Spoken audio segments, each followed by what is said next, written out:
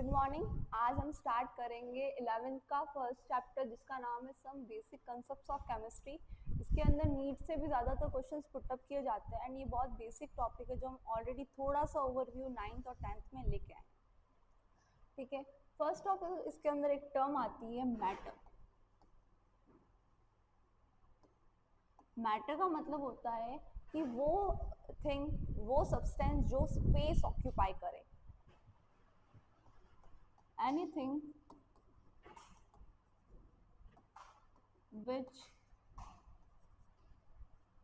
occupies space is called matter.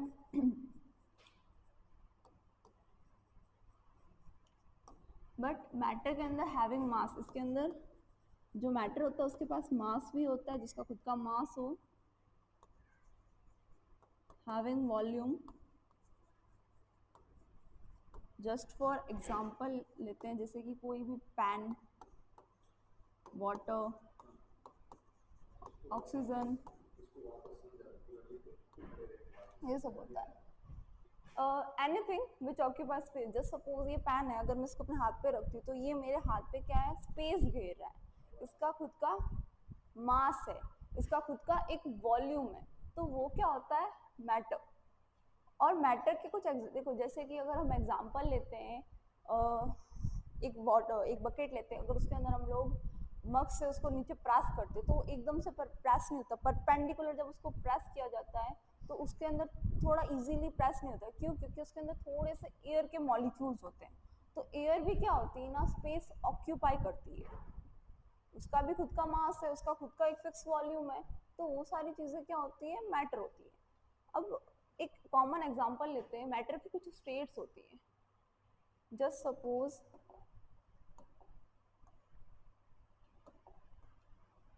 Suppose मैं H2O लिखती हूँ। H2O एग्जिस्ट करता है वाटर, और वाटर क्या होता है, लिक्विड स्टेट होता है। And it also exist in a solid state. Solid में होता है आइस की फॉर्म में, जो आइस क्यूब्स होती हैं। जब अपन वाटर को फ्रीज करते हैं, जब उसका जब टेम्परेचर को थोड़ा सा डिक्रीज करके जब आइस को फ्रीज किया जाता है तो वाटर सॉलिड फॉर्म में आ जाता है। देन हम टेम्परेचर को अगर इंक्रीज करते हैं तो वो स्टीम यानी भाप की फॉर्म में आ जाता है। उसको हम बोलते हैं गैशियस स्टेट।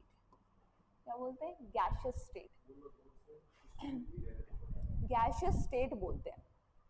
ठीक है, अब इन मैटर की तीनों स्टेट्स को डिटेल में एक बार कवर कर लेते हैं कि कौन कौन सी तीनों स्टेट्स है और कैसे कैसे है। ठीक है, कोई भी मैटर होता है उसके अंदर दो चीज़ों पे वो वर्क करता है। उसके ऊपर जैसे कि अगर मैं लिखती हूँ, कोई भी मैटर की जो स्टेट होती है वो दो चीज़ों के फैक्टर पे डिपेंड करती है। वो फैक्टर हमारे पास होते हैं टेम्परेचर,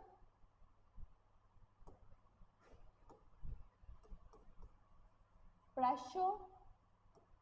ठीक है, सपोज अगर मैं जैसे दो मॉलिक्यूल्स ले लिए, ये मेरे पास क्या है, दो मॉलिक्यूल्स है।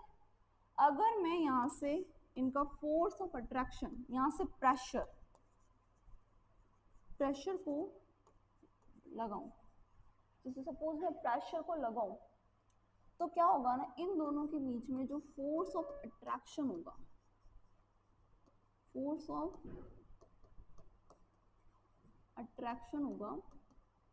ज़्यादा हो जाएगा। वो क्या हो जाएगा, ज़्यादा हो जाएगा। तो फोर्स ऑफ अट्रैक्शन ज़्यादा हो गया, मतलब मॉलिक्यूल्स क्या हो गए, पास आ गए। अगर मैं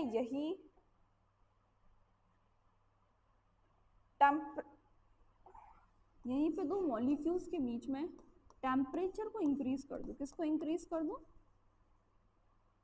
टेम्परेचर को इंक्रीज कर दूं। टेम्परेचर को मैंने इंक्रीज कर दिया, तो जब टेम्परेचर को इंक्रीज किया तो मॉलिक्यूल्स क्या होंगे, दूर दूर चले जाएंगे। जस्ट सपोज अगर कहीं आग लगती है तो जो लोग होते हैं उस आग से दूर भागने की कोशिश करते हैं, ना कि उसके पास आने की कोशिश करते हैं। वैसे ही मॉलिक्यूल्स का भी एग्जांपल लेते हैं, तो मॉलिक्यूल्स क्या होंगे, एक दूसरे से दूर दूर जाने लग जाएंगे। कहाँ जाने लग जाएंगे, दूर दूर जाने लग जाएंगे। ठीक है, एक टर्म पढ़ते हैं हम लोग, force of attraction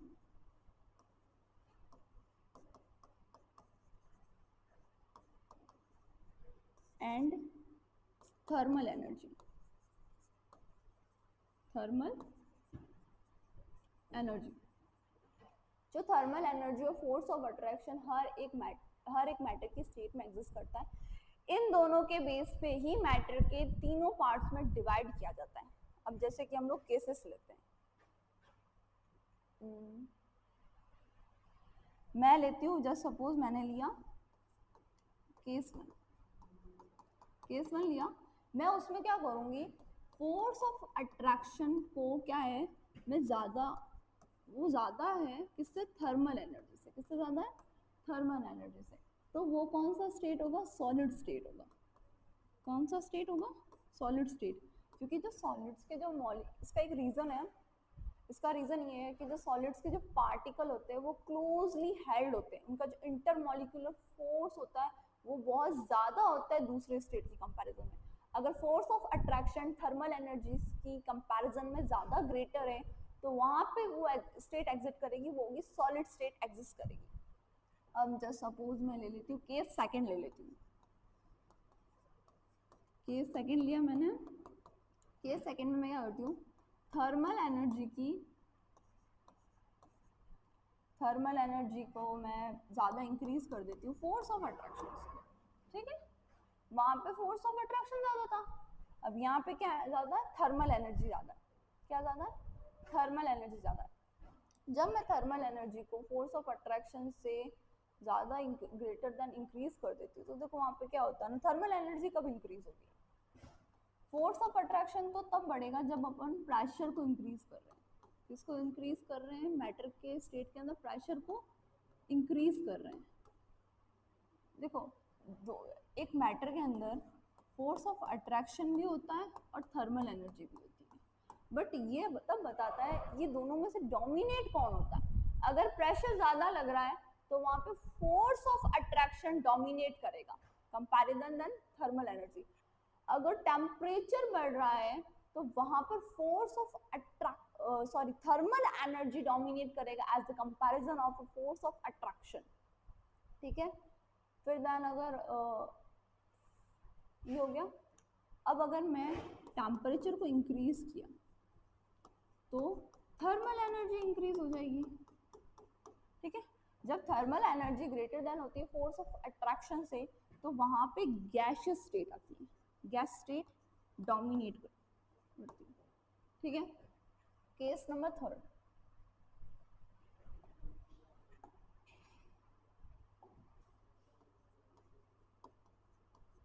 case third बोलता है कि जब थर्मल एनर्जी ज़्यादा है लेकिन इतनी नहीं जितनी गैसियस स्टेट के कंपैरिजन में, थर्मल एनर्जी ज़्यादा है as a comparison of force of attraction से, अगर वो फोर्स ऑफ अट्रैक्शन से ज़्यादा है तो वहाँ पे लिक्विड स्टेट एग्जिस्ट करेगी।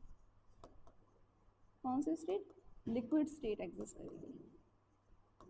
तो ये तो उनके इंटरमॉलिक्यूलर जो भी जितने भी सब्सटेंस है उनके ऊपर हमने डिस्कस किया कि जब फोर्स ऑफ अट्रैक्शन कैसे बढ़ेगा।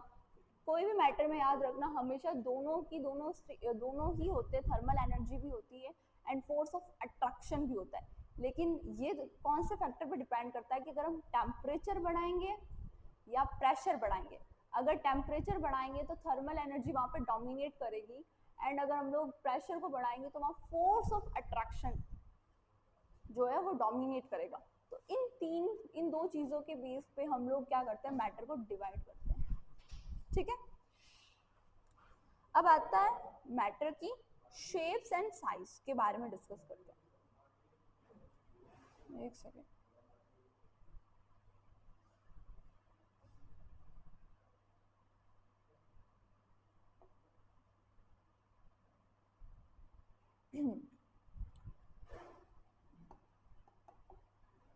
जैसे सॉलिड स्टेट है, सॉलिड स्टेट्स के जो पार्टिकल्स होते हैं वो क्या होते हैं, क्लोजली होते हैं, पार्टिकल्स ऑफ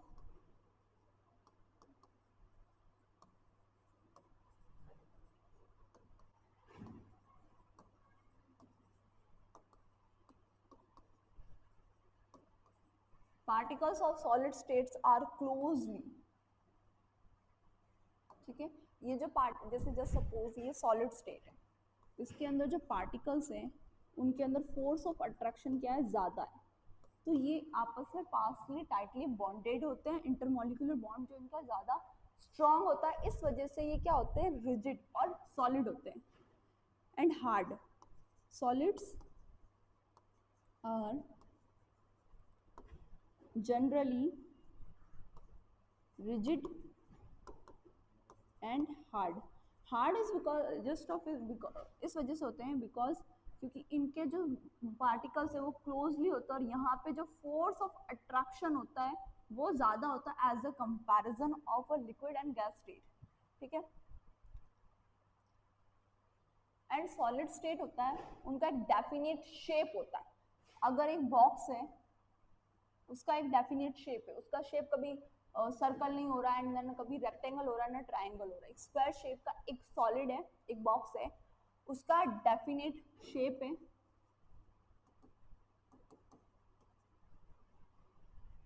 डेफिनेट वॉल्यूम है एंड डेफिनेट मास, ठीक है। इसका मास अगर जस्ट सपोज 1 kg है तो 1 kg ही रहेगा, चेंज नहीं होगा। इसका शेप अगर स्क्वायर शेप का है तो स्क्वायर शेप का ही रहेगा। इसका रीजन इस वजह से क्योंकि इसके जो अंदर के जो पार्टिकल्स होते हैं वो टाइटली बॉन्ड होते हैं और इनके अंदर जो इंटरमॉलिक्यूलर फोर्स होता है as the comparison of a liquid and gas ज़्यादा होता है, ठीक है। अब थर्ड स्टेट के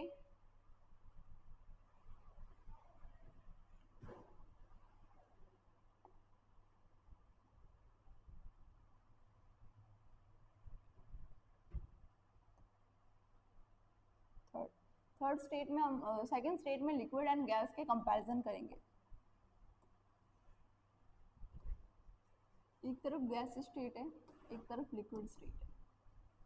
लिक्विड स्टेट के अंदर क्या होता है ना, इनके अंदर जो पार्टिकल्स होते हैं वो थोड़े से दूर होते हैं, थोड़े से दूर होते हैं। The particles of liquid are not closely, इनके जो पार्टिकल्स होते हैं ये थर्मल एनर्जी को, इनके जो पार्टिकल्स होते हैं वो थर्मल एनर्जी को डोमिनेट करते हैं, क्योंकि जब थर्मल एनर्जी यहाँ पे ज़्यादा होती है, क्योंकि फोर्स ऑफ अट्रैक्शन ज़्यादा होगा तो लिक्विड के जो मॉलिक्यूल्स होंगे वो पास पास हो जाएंगे, फिर वो तो सॉलिड हो जाएगा। तो थर्मल एनर्जी थोड़ी सी डोमिनेट करती है as a comparison of a force of attraction, तो वहाँ पे हमें लिक्विड स्टेट देखने को मिलती है। तो लिक्विड स्टेट के अंदर जो क्या होता है ना, इनका कोई फिक्स्ड शेप नहीं होता, fixed having not fixed shape, इनका कोई फिक्स्ड शेप नहीं होता। अगर जैसे हम जिस वेसल में इसको डालेंगे, जिस भी यूटेंशियल में इसको डालेंगे वो उस टाइप का शेप ले लेगा।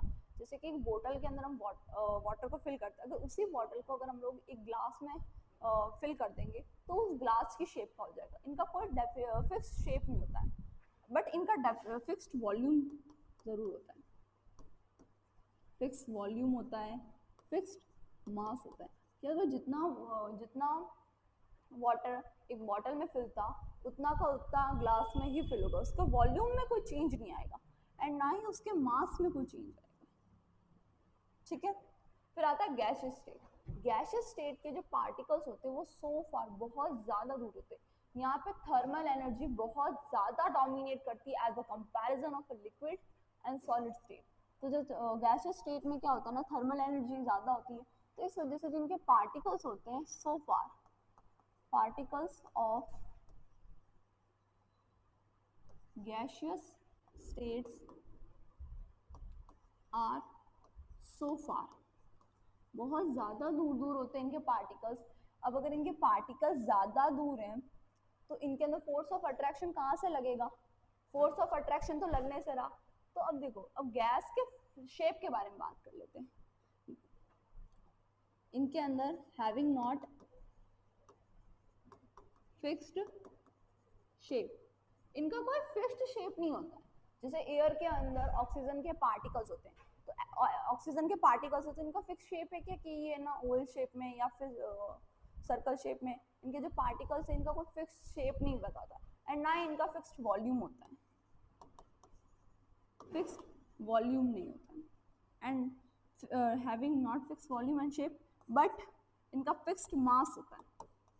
जब भी अगर हम केमिकल रिएक्शन करते हैं तब अगर हमने 2 ग्राम ऑक्सीजन गैस को यूज किया तो वो 2 ग्राम ही रहेगा, वो चेंज नहीं होगा, ठीक है। फिर इन 3 स्टेट्स के बारे में हमने स्टडी कर लिया। अभी इन 3 स्टेट, ये जो 3 स्टेट होती हैं, the 3 states of matter can be interconvertible। Interconvertible change मतलब कि ये आपस में चेंज हो सकती है। जैसे कि अगर मैं सॉलिड का अगर थोड़ी सी हीटिंग दूँ तो वो लिक्विड में जल्दी कन्वर्ट हो सकता है। अगर मैं लिक्विड को थोड़ा सा हीट दूँ तो वो फिर गैस स्टेट में भी जल्दी कन्वर्ट हो सकता है। अगर वही उस प्रोसेस को मैं कूलिंग के थ्रू रिवर्स प्रोसेस में कर दूँ तो वो आपस में तीनों स्टेट्स आ जाएंगी। Just for example water, H2O का लेते हैं, ठीक है। अगर वो सॉलिड की फॉर्म में एज अ आइस क्यूब है, सॉलिड की फॉर्म में सॉलिड स्टेट को अगर मैं थोड़ा सा हीट प्रोड्यूस करूँ या उसको थोड़ा सा हीट दूँ तो वो किसकी स्टेट में आ जाएगा, लिक्विड की स्टेट में वो आ जाएगा। फिर फर्दर मैं लिक्विड को और हीट दूँ तो वो आ जाएगा गैस की स्टेट में। किसकी स्टेट में आ जाएगा, गैस की स्टेट में आ जाएगा। वही मैं गैस को वापस इस प्रोसेस को रिवर्स कर दूँ, इस प्रोसेस को रिवर्स भी किया जा सकता है, कैन बी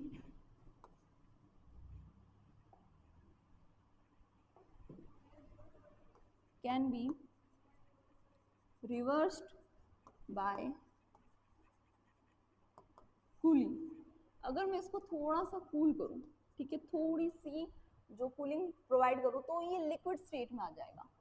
अगर मैं इस लिक्विड को थोड़ा सा और कूलिंग प्रोवाइड करूँ तो ये कौन सी स्टेट में आ जाएगा, ये सीधा सॉलिड स्टेट में आ जाएगा।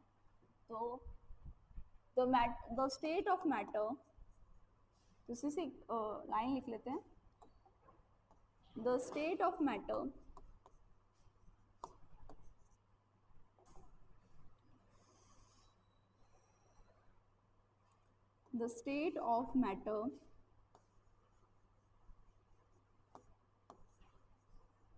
can be interconvertible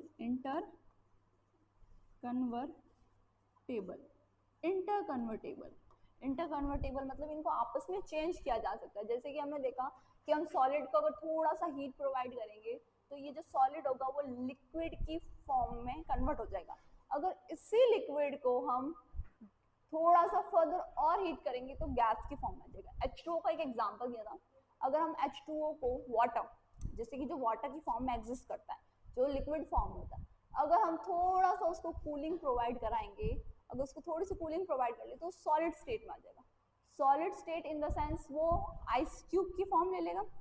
अगर इसी वाटर को हम लोग थोड़ा सा हीट प्रोवाइड करवाएंगे तो वो किसकी फॉर्म में आ जाएगा, वो आ जाएगा गैस की फॉर्म में, स्टीम, जिसको हम स्टीम बोलते हैं। और H2O जो वाटर के फॉर्म में एग्जिस्ट करता है वो हो जाएगा आइस क्यूब की फॉर्म में। है तो वाटर, इसके अंदर जो कंपोनेंट्स होंगे वो सारे के सारे H2O के ही होंगे, सारे के सारे H2O के ही होंगे। फिर अब हम पढ़ते हैं स्टैंडर्ड यूनिट्स।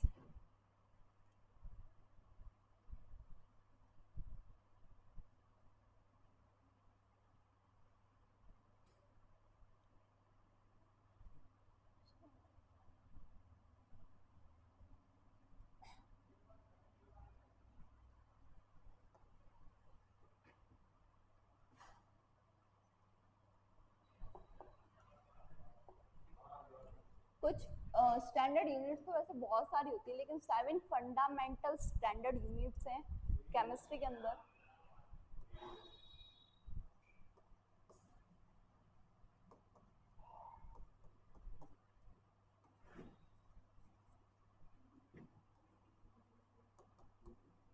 सबसे पहले जो फंडामेंटल 7 यूनिट स्टेट्स के अंदर आती है लेंथ की अगर हम बात करते हैं तो उसको हमेशा मीटर में हम लोग मेजर करते हैं। किसमें मेजर करते हैं, मीटर में। तो उसको हम एम से डिनोट करते हैं। किससे डिनोट करते हैं? मीटर में डिनोट। बाकी ये 7 फंडामेंटल इस वजह से है क्योंकि इन्हीं सारी यूनिट से सारी यूनिट्स निकली है। जैसे कि मीटर है, मीटर को देन हम सेंटीमीटर में भी कन्वर्ट कर सकते हैं, उसको मिलीमीटर में भी कर सकते हैं, उसको नैनोमीटर में भी कर सकते हैं। तो मीटर को हम और भी ज़्यादा कन्वर्ट कर सकते हैं, लेकिन जो फंडामेंटल जो बेस यूनिट है वो लेंथ की मीटर होती है। फिर हम सेकेंड टॉपिक पे बात करते हैं, जैसे कि मास। मास को हम हमेशा मेजर करते हैं किलोग्राम के अंदर, ग्राम में भी कर सकते हैं, ऑफ कोर्स कर सकते हैं, लेकिन इसको हम बाद में वापस और भी कन्वर्ट कर सकते हैं। लेकिन जो मेन यूनिट होती है वो होती है किलोग्राम, केजी। क्या होती है? केजी। Third, time. टाइम को हम हमेशा सेकंड्स में डिनोट करते हैं, उसको आर में भी किया जा सकता है, मिनट्स में भी किया जा सकता है। तो उसको हम उसकी जो एसआई यूनिट होती है वो होती है सेकंड। फिर थर्ड आता है, फोर्थ, इलेक्ट्रिक करंट। जो इलेक्ट्रिक करंट होता है ये भी एक 7 फंडामेंटल यूनिट है। इसको हम मेजर करते हैं एम्पियर में। एम्पियर में मेजर करते हैं। ये सारे इनके सिंबल्स हैं। जब भी अगर हम कोई न्यूमेरिकल सॉल्व करते हैं तो उसके पीछे ये सिंबल्स लिखे हुए आते हैं, मतलब उनकी जो यूनिट्स वगैरह लिखनी कंपलसरी होती है।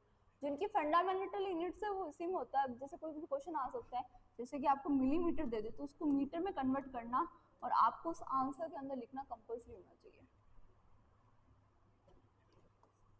कंपलसरी होता है क्योंकि जब अगर आप कोई न्यूमेरिकल सॉल्व करते हैं तो उसके अंदर जो फंडामेंटल यूनिट्स को लिखना कंपलसरी होता है। अगर वो क्वेश्चन नहीं बोलता है, अगर मिलीमीटर में आंसर आ रहा है तो उसको मीटर में कन्वर्ट करना ही पड़ता है। क्योंकि जब अब कभी कोई आंसर फिनिश करते हैं न्यूमेरिकल का तो हमें बताना होता है कि वो कौन सी यूनिट के अंदर था, लेंथ था, मास था, टाइम था, इलेक्ट्रिक करंट था, क्या था। इलेक्ट्रिक करंट हो गया। टेम्परेचर। टेम्परेचर को वैसे सेल्सियस में बोलते हैं, लेकिन इसकी जो फंडामेंटल यूनिट होती है वो होती है केल्विन, जिसको हम के से डिनोट करते हैं। फिर आता है सिक्स्थ, लुमिनियस इंटेंसिटी।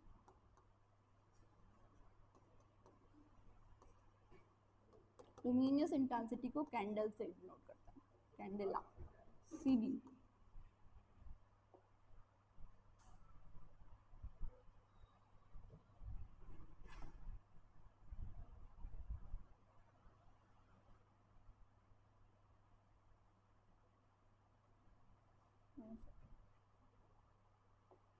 और सेवेंथ आती है the amount of mass,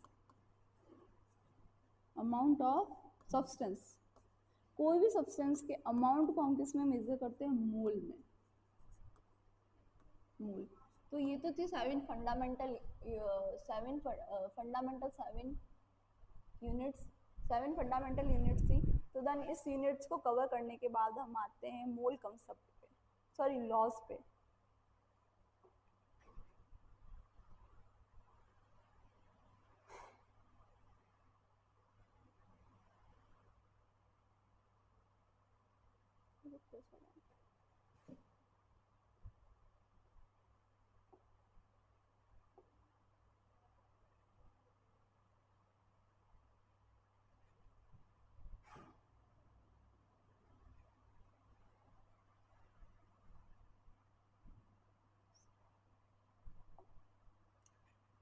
classification of matter. Classification of matter के अंदर दो टाइप्स में हम मैटर को क्लासिफाई करते हैं। एक में तो हम कर सकते हैं उसकी फिजिकल स्टेट को देख के। अब आता है bulk properties. Classification of matter on the basis of bulk property, bulk properties. जो हमने ऊपर जो तीन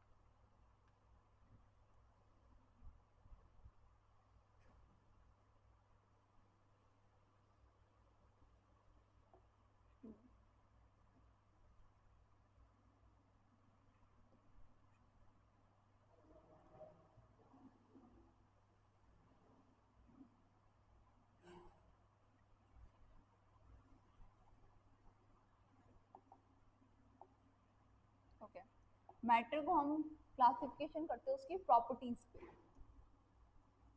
classification of matter on the basis of properties. Properties पे हम फिजिकल प्रॉपर्टीज को तो पढ़ ही चुके हैं। ऑन द फर्स्ट आता है फिजिकल प्रॉपर्टी।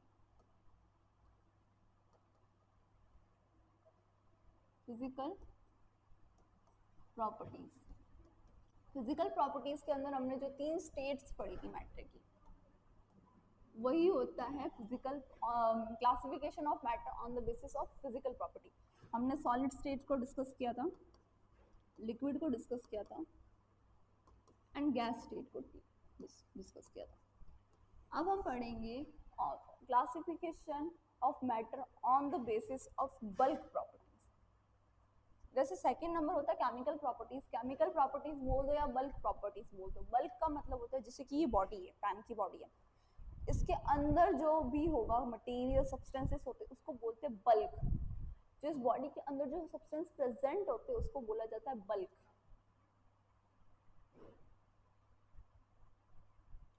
अब आता है classification of matter on the basis of bulk properties.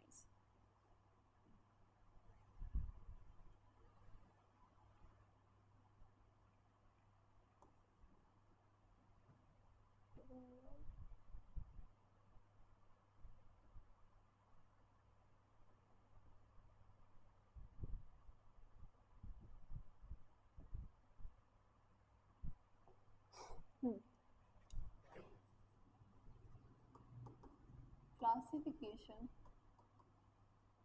of matter on the basis of bulk properties. Bulk properties, bulk properties पे मैटर को 2 टाइप्स पे डिवाइड किया गया। First of all mixture and second one is pure substance. Mixture को एक हम domestic example से समझते हैं।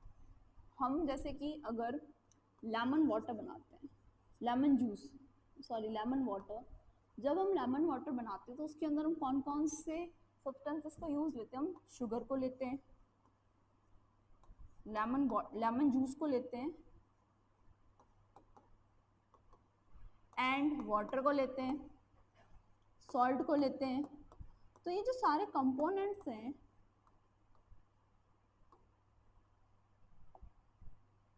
ये जितने भी कंपोनेंट्स हैं ये सब मिलकर एक लेमन जूस को बनाते हैं। जितने भी कंपोनेंट्स का जो कॉम्पोजिशन होता है वो फिक्स्ड होता है और वो लेमन वाटर को बनाता है।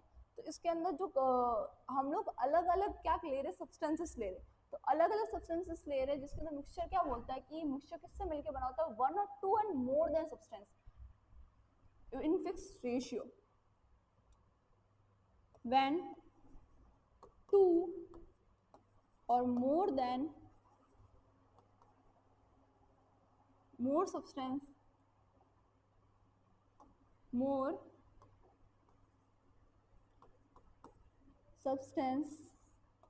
are combine each other, साथ में जुड़ते हैं, each other in fixed ratio.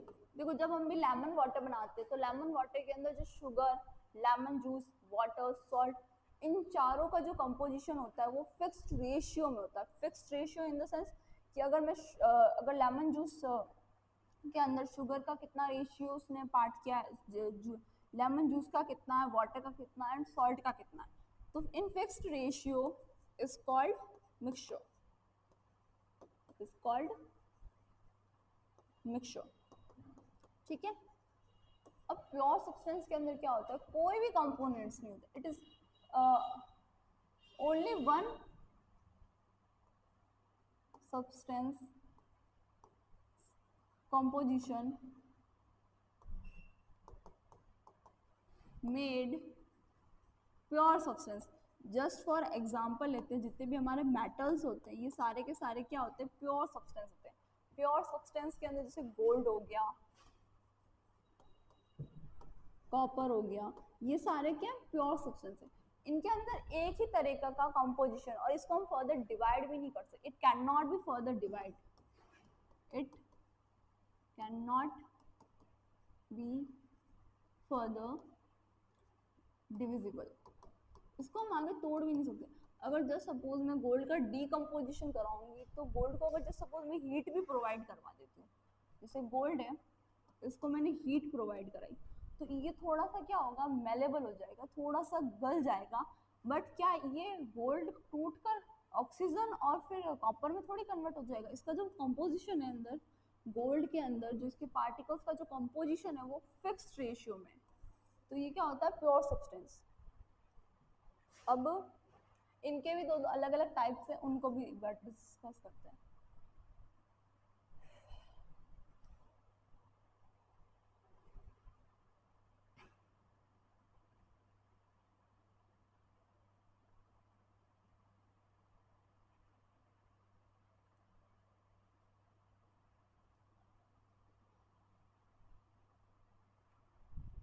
ठीक है. मिक्सचर को भी फर्दर दो पार्ट्स में डिवाइड किया गया एंड प्योर सब्सटेंस को भी फर्दर 2 पार्ट्स में डिवाइड दे रखा है.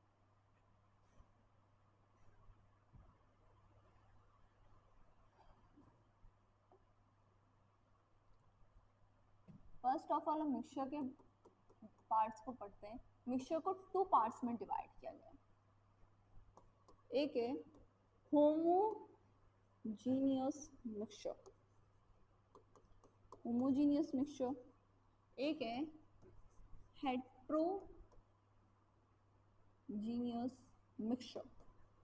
देखो होमोजीनियस मिक्सचर के अंदर क्या होता है ना, जब 2 कंपोनेंट्स आपस में कंबाइन होते हैं और एक सिंगल फेस में कन्वर्ट हो जाते हैं और इनका जो कंपोजिशन होता है वो यूनिफॉर्मेटिक होता है. यूनिफॉर्मेटिक मतलब चेंज नहीं होता. एक एग्जांपल लेते हैं डोमेस्टिक वही वाला.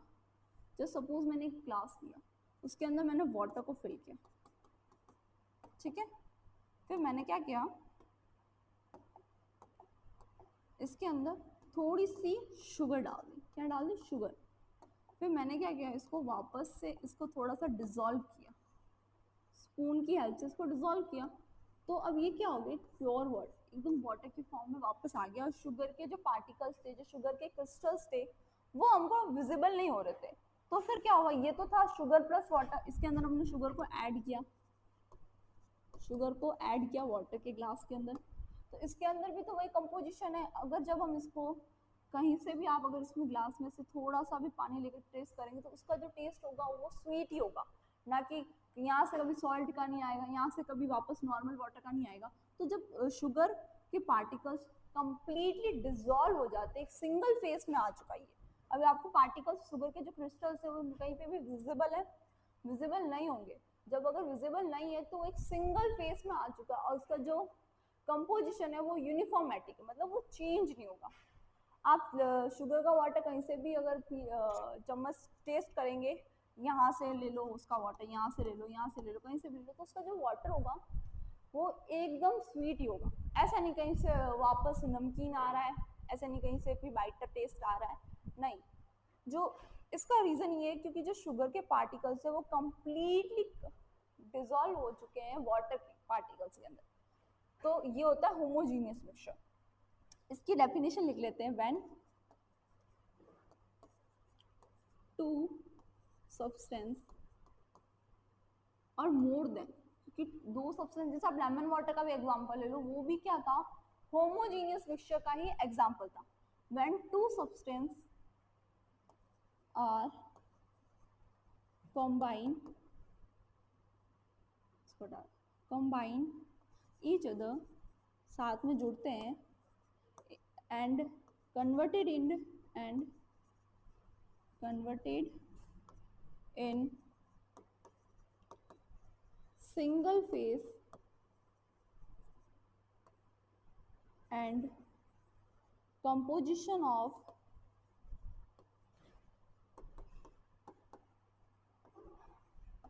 mixture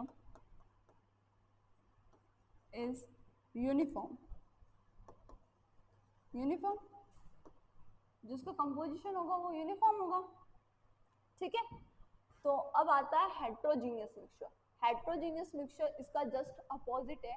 जैसे कि अगर मैं एक वाटर लेती हूँ, ये ले लिया मैंने वाटर, इसके अंदर H2 है, वाटर H2 है, इसके अंदर अगर मैं मिट्टी के कुछ पार्टिकल्स को डाल दूँ, मिट्टी के पार्टिकल्स को डाल दूँ, तो ये उसके अंदर डिजोल्व होंगे नहीं, कभी मिट्टी के पार्टिकल्स यहाँ तैरते नजर आएंगे, कभी यहाँ तैरते नजर आएंगे, नहीं आएंगे।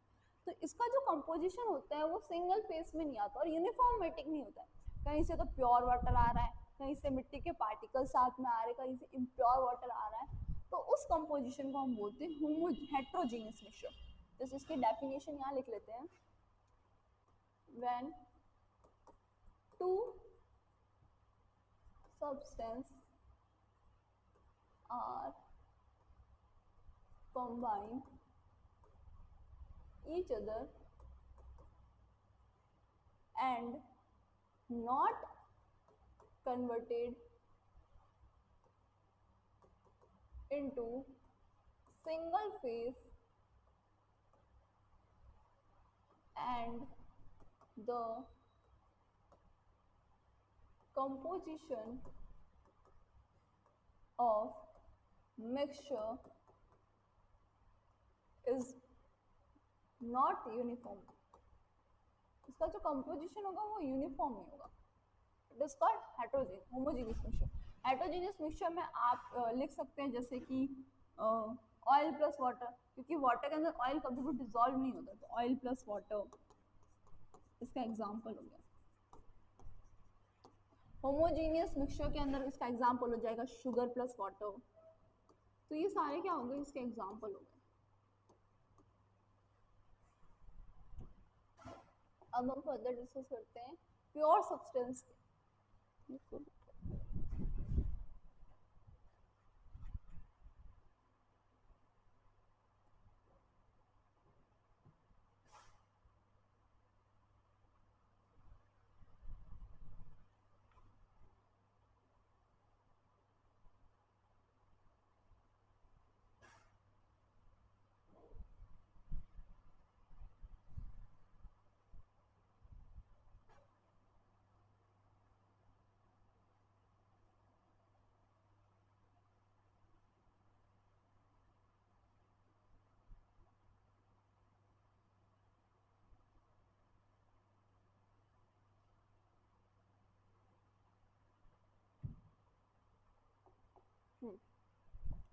प्योर सब्सटेंस के कंपोनेंट्स पार्ट्स को पढ़ते हैं।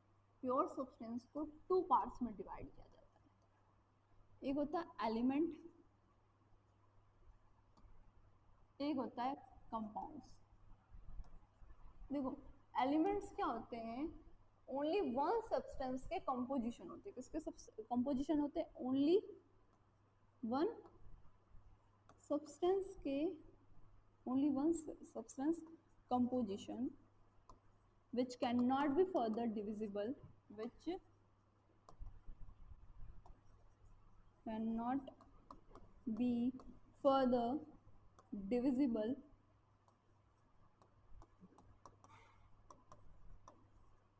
जैसे कि मैं एग्जांपल लेती हूँ H2O का।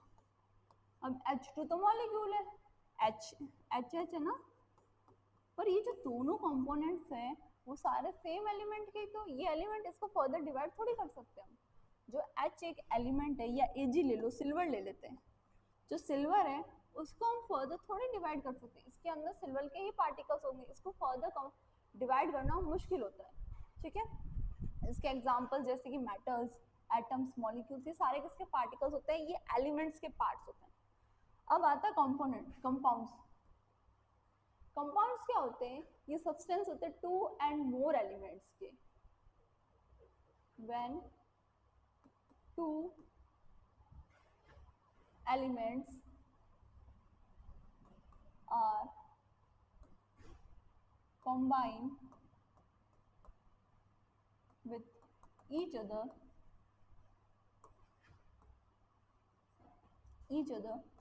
and formed new substance is called compounds। अब जैसे कि H2O, इसके अंदर तो H एक खुद सिंगल एक एलिमेंट है, O भी क्या हमारे पास एक एलिमेंट है। जब ये रिएक्शन करते हैं, जैसे H2 प्लस O2 की जब रिएक्शन होती है तो ये बनाते हैं H2O। अब H2O हमारे पास क्या हो गया, एक कंपाउंड हो गया। क्या हो गया, कंपाउंड हो गया। तो ये तो थी प्योर सब्सटेंस के पार्ट्स। अब हम बढ़ते हैं कुछ केमिकल लॉस की तरफ, कि जब हम कंपाउंड्स को जोड़ते हैं तो उनका फिक्स प्रोपोर्शन कितना होता है, उनका मास क्या चेंज होता है कि नहीं होता है, उनका रेशियो चेंज होता है कि नहीं होता है।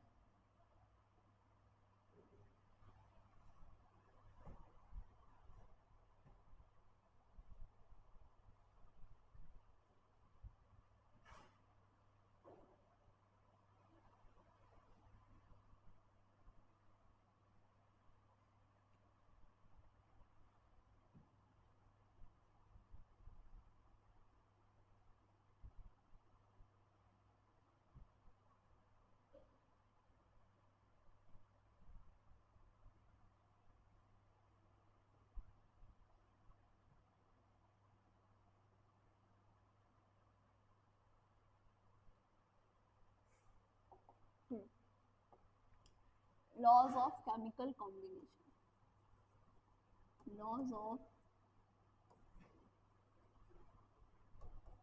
Chemical combination of mass. सबसे पहले हम लोग जो केमिकल रिएक्शन होती है उसके अंदर मासेस के कॉम्बिनेशन को पढ़ते हैं। तो पहला आता है, sorry, law of chemical combination of मास का नहीं। इसका फर्स्ट पार्ट होता है, ऐसे तो बहुत सारे टाइप्स होते हैं लॉज के, लेकिन 3 जो होते हैं वो मेन होते हैं। फर्स्ट होता है law of conservation of mass. Law of conservation of mass ये बोलता है कि mass can be neither be created and not be destroy. Mass को कभी भी ना हम क्रिएट कर सकते ना डिस्ट्रॉय कर सकते। जस्ट सपोज कोई रिएक्शन हो रही है, रिएक्शन प्रोसीड कर रही है, जो उसके रिएक्टेंट्स होंगे, जस्ट सपोज कोई रिएक्शन प्रोसीड कर रही है तो उन रिएक्शन के mass of reactants is equals to mass of product, mass of product।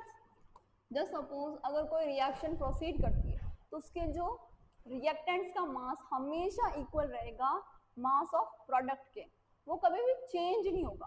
तो मास के अंदर बिल्कुल भी चेंज नहीं आएगा, अगर कितने भी फर्दर कुछ ना कुछ हमको आगे जाके मिलेगा।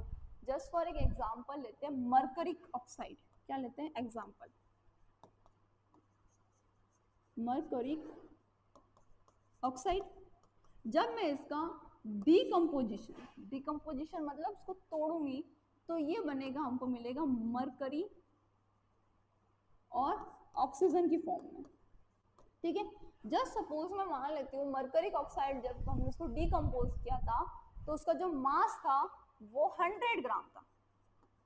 जब ये टूटेगा तो मे बी मरकरी का जो ये लिक्विड फॉर्म में होगा, ये गैस फॉर्म में, जो मरकरी का जो मास होगा, जो सपोज 93 हुआ होगा, अगर ये 93 है तो 100% ऑक्सीजन का मास 7 ग्राम होगा, क्योंकि रिएक्टेंट्स का mass always is equals to the mass of product. जितना मास मरकरी ऑक्साइड का है वो कहीं पे जाएगा नहीं, वो इन एलिमेंट्स में फर्दर डिवाइड हो जाएगा कि मरकरी का मास 93 आया एंड ऑक्सीजन का मास 7 ग्राम आया।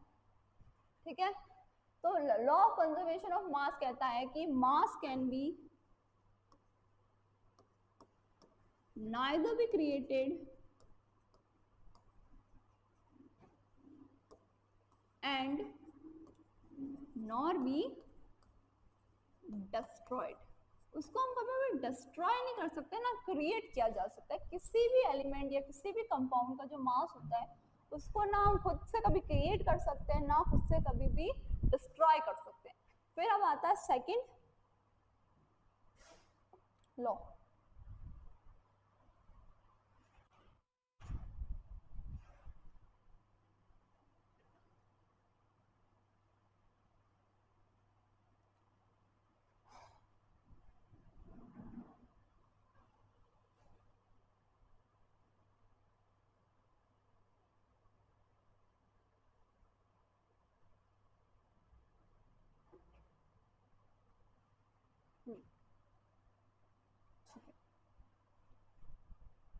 सेकेंड लॉ होता है law of a definite proportion. उसके अंदर ये होता है कि जितने भी अगर कोई कंपाउंड है तो उसका जो मास होगा उनका फिक्स रेशियो होगा। जैसे H2O ले लो, अगर आप H2O को चाहे 20 ग्राम लो चाहे 20 kg लो तो उसका जो रेशियो होगा मासेस का वो फिक्स रेशियो होगा 1:8 के प्रोपोर्शन में वो हमेशा रहेगा।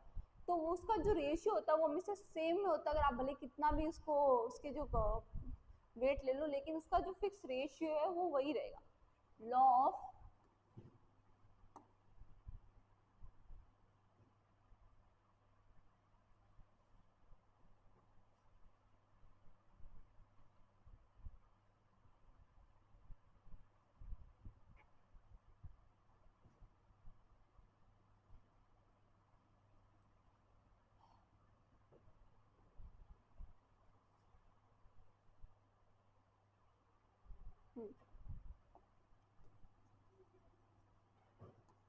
Law of definite proportion. Definite proportion में लॉ ऑफ डेफिनेशन प्रोपोर्शन कहता है जैसे कि मैं लेती हूँ H2O के मॉलिक्यूल्स लिए, ये H का मॉलिक्यूल है, O का मॉलिक्यूल थोड़ा दूसरा ले लेता है, ये हमारे पास O के मॉलिक्यूल्स है। क्या है? O के मॉलिक्यूल्स है। तो इनका जो फिक्स मास का जो रेशियो होगा वो हमेशा 1:8 ही रहेगा। क्या रहेगा? 1:8 ही रहेगा, कभी भी चेंज नहीं होगा। जैसे कि CO2 का ले लो तो उसका क्या रहेगा? 3:8 रहेगा। ये कैसे आया? H का मास कितना होता है? 1। इसका एटॉमिक मास निकालते हैं। H का मास कितना होता है? ये 9th क्लास का टॉपिक है, जस्ट एटॉमिक मास निकालना है इसका। H का मास होता है 1। कितने मॉलिक्यूल्स H के? 2, तो मल्टीप्लाई बाय 2 प्लस ऑक्सीजन का मास होता है 16, तो इसका कितना हुआ? 2 + 16। इसका टोटल मास कितना है हमारे पास? 18। तो जब अपन इसको इसका रेशियो निकालते तो इसका तो 2 मास है और इसका कितना है? 16। तो जब इसको हम कट करेंगे तो ये आएगा 1:8। तो ये फिक्स कंपोजिशन में ही रहेगा। इसका जो मास का जो रेशियो होगा वो कभी भी चेंज नहीं होगा, फर्दर चेंज नहीं होगा।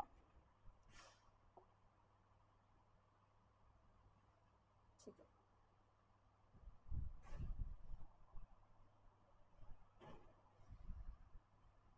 अब आता है थर्ड लॉ, आता है law of a multiple proportion. इसका मीनिंग होता है कि अगर मैं कोई भी कंपाउंड लेती हूँ, अगर उसके अंदर एक कंपाउंड का जो मॉलिक्यूल है वो एक्स्ट्रा बढ़ा देती हूँ तो वो जो जैसे कि H2O लेती हूँ और एक परऑक्साइड लेती हूँ, एक लिया मैंने हाइड्रोजन ऑक्साइड और एक लिया मैंने हाइड्रोजन परऑक्साइड, तो हाइड्रोजन हाइड्रोजन का तो मास सेम है लेकिन जो ऑक्सीजन और ऑक्सीजन का जो मास होगा उनका जो रेशियो होगा वो हमेशा एक होल नंबर में आएगा, ना कि डेसिमल्स वगैरह में। Law of multiple proportion. Law of multiple proportion, इसके अंदर जैसे देखो मैंने एक H2O लिया, ठीक है, इसके अंदर मैंने ऑक्सीजन, देखो यहाँ पे H के दो मॉलिक्यूल्स है, H के मॉलिक्यूल्स के साथ मैं छेड़छाड़ नहीं करती हूँ। अगर मैं ऑक्सीजन के दो मॉलिक्यूल्स जैसे H2O2 लेती हूँ तो ये तो क्या होता है, हाइड्रोजन ऑक्साइड, हाइड्रोजन ऑक्साइड, और ये क्या हो जाएगा, हाइड्रोजन परऑक्साइड, हाइड्रोजन परऑक्साइड। ठीक है, अब H2 का मास तो सेम है, इसका तो 2 है, इसका 2 है। अब ऑक्सीजन, ऑक्सीजन का देखते हैं, तो इधर ऑक्सीजन का मास 16 है, इनका रेशियो निकालते हैं, तो यहाँ कितना हुआ, 16 इंटू 2 32। जब हम इसको कैंसिल आउट करेंगे तो इसका आएगा 1:2, मतलब होल नंबर में आ रहा है। तो ये लॉ वही कहता है, लॉ ऑफ मल्टीपल प्रोपोर्शन। अब हम एक नया कंसेप्ट, छोटा सा कंसेप्ट देखते हैं, उसके बाद 3 लॉ और डिस्कस करेंगे। उसको बोलते हैं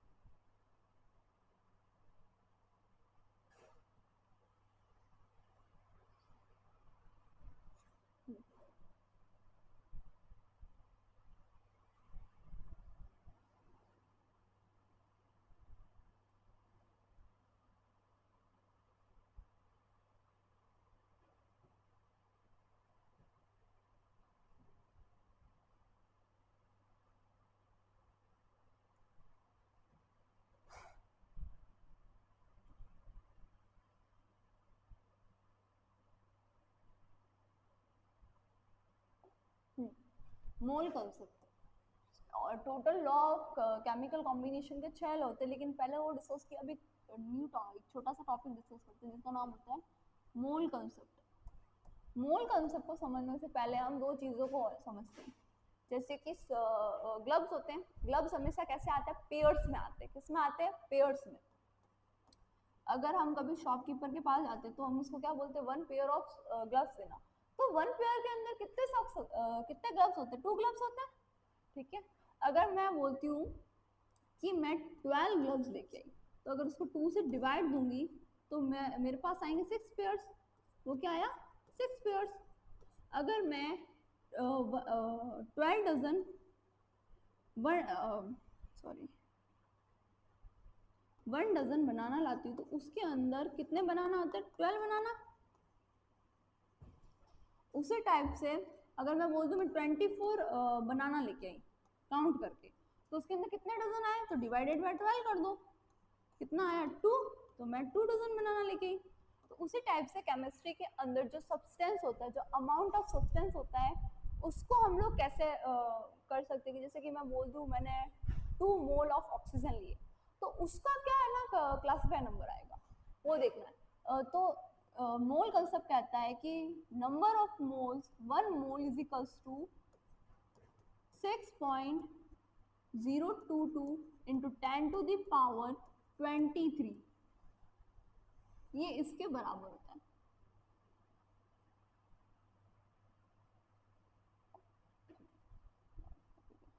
ठीक है, इसके बराबर होता है ये। अगर मैं जैसे कि जैसे सपोज मैं कह दूं मैंने 2 मोल्स ऑफ ऑक्सीजन लिए, क्या लिए, ऑक्सीजन लिए, तो मैं उसको ना डिवाइड दे दूंगी किससे, जैसे मैंने 2 मोल्स ऑफ ऑक्सीजन लिए तो 6.022 into 10 to the power 23। Oxygen का एटॉमिक नंबर कितना होता है, 6, तो इसको 6 से मल्टीप्लाई कर देंगे तो कितना आएगा, 12। तो इसको जब डिवाइड देंगे तो ये निकल जाएगा 2 मोल्स ऑफ ऑक्सीजन। ठीक है, आज के लिए इतना ही, नेक्स्ट क्लास में देखते हैं, बंद कर दो।